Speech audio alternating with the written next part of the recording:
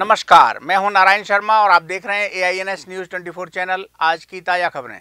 छत्तीसगढ़ सरकार द्वारा विधानसभा में पारित संशोधित आरक्षण बिल राजभवन में हस्ताक्षर को लेकर लंबित पड़ा है, जिसे लेकर माननीय उच्च न्यायालय में दायर याचिकाओं पर सुनवाई करते हुए राजभवन सचिवालय को कारण बताओ नोटिस जारी किया गया है।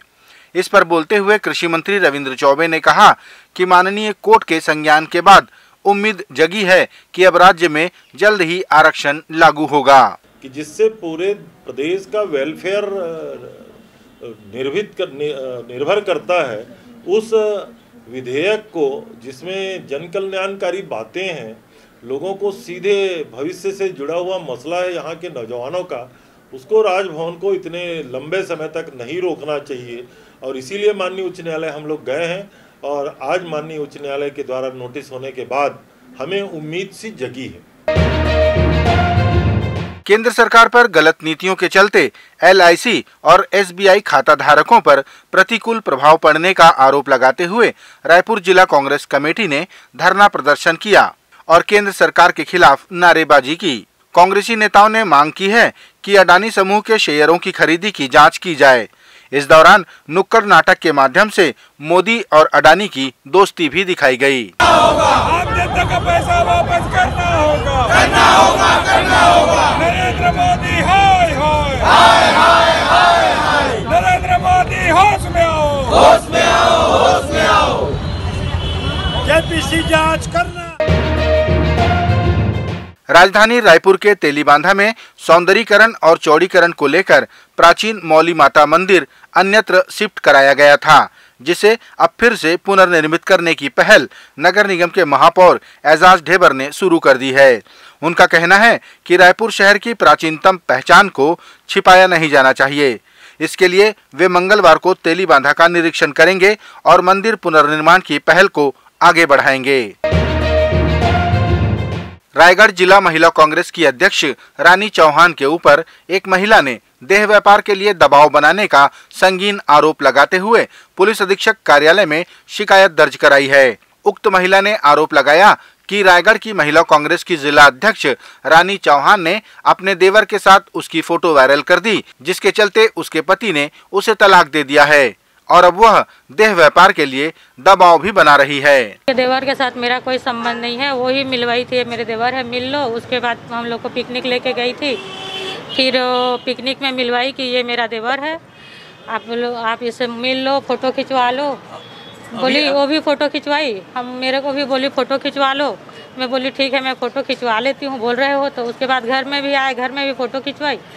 उसके बाद वो फ़ोटो को भेजकर ब्लैकमेल करने लगी कि तुम मेरी बात मानो, मैं जो काम करती हूँ वो तुम करो, नहीं करोगे तो मैं तुमको बदनाम कर दूंगी। पूरी भी लेकर के देखिए रानी चौहान। इस पूरे मामले में जिला अध्यक्ष रानी चौहान का कहना है कि उक्त महिला का चरित्र ठीक नहीं है, वह स्वयं ही उसके देवर के साथ संबंध रखती है, जिसे उन्होंने रंगे हाथों पकड़ा भी है।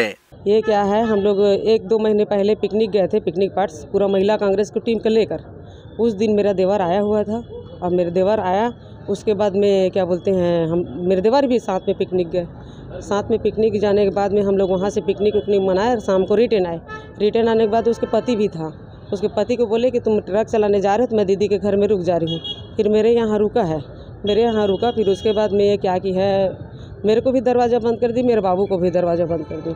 दरवाज़ा बंद करने के बाद में फिर इन लोग, मैं दरवाज़ा खटखटाई, बाबू को फ़ोन की, भैया बाबू आप दरवाज़ा खोलो करके। तो बोले मेरा भी दरवाज़ा बंद है मम्मी। फिर हम लोग खटखटाए, आगे से खटखटाए, फिर मुश्किल से दरवाज़ा खोले हैं। खोलने के बाद में फिर मैं उन लोग को डांटी भी हूँ कि तुम इस तरीक़े से शादीशुदा औरत हो और तू भी शादीशुदा है करके। मैं अपने देवर को भी डांटा, इनको भी डांटा कि ऐसे नहीं करना चाहिए करके बोले। उस दिन फिर मैं ना मुरारी भैया को भी बुलाई, सद्भावना सिंह को भी बोली, भैया ऐसे कैसे घटना ये कर रही है करके। तो उन लोग समझाए इनको, तो वो मान गई थी, बोली नहीं आज के बाद ऐसे गलती नहीं होगा, मैं नंबर भी नहीं लूँगी उनका, बात भी नहीं करूँगी करके वो चुप हो गई। आगामी 12 फरवरी को भारतीय जनता पार्टी के राष्ट्रीय अध्यक्ष JP नड्डा बस्तर प्रवास पर आ रहे हैं। उनका ये प्रवास एक राजनीतिक प्रवास माना जा रहा है और ऐसे कयास भी लगाए जा रहे हैं कि कांग्रेस की पकड़ वाले बस्तर को भेदने का यह एक प्रयास है।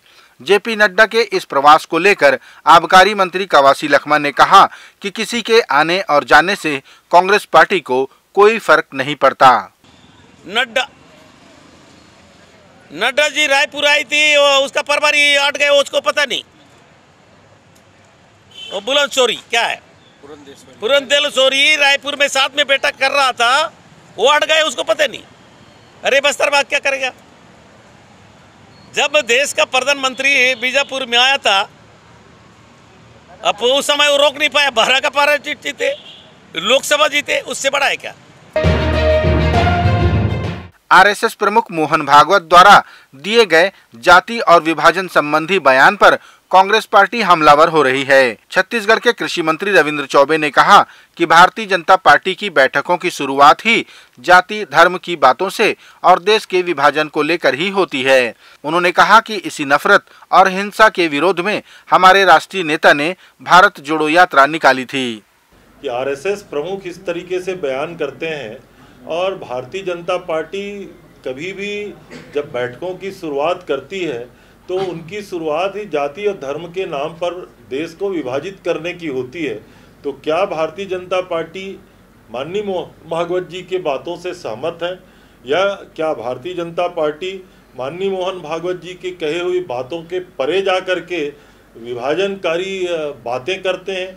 और हमने तो पूरा देश में देखा है, आदरणीय राहुल जी ने जो भारत जोड़ो यात्रा की, ये भारतीय जनता पार्टी के द्वारा पूरे देश में जो नफरत की आग फैलाई जा रही है, उसी के खिलाफ तो भारत जोड़ो यात्रा थी और पूरे देश ने राहुल जी की इस यात्रा को स्वीकार किया।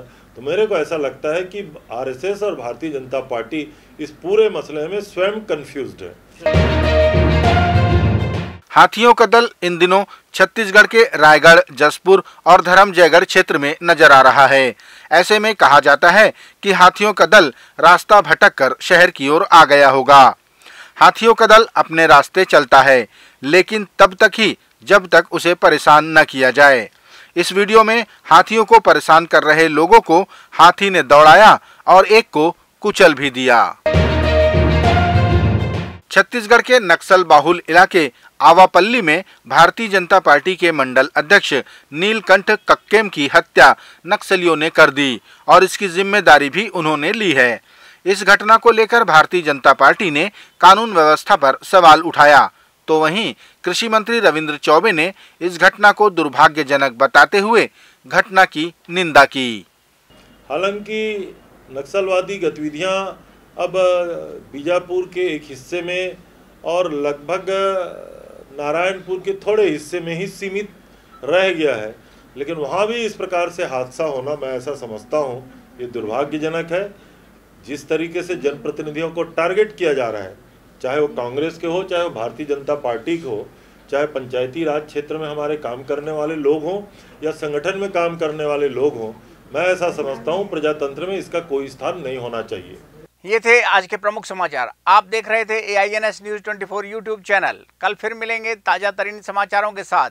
तब तक रोजाना की ताज़ा खबरों के लिए आप हमारे लोकप्रिय यूट्यूब चैनल AINS न्यूज़ 24 को सब्सक्राइब, लाइक और शेयर करना ना भूलें। नमस्कार।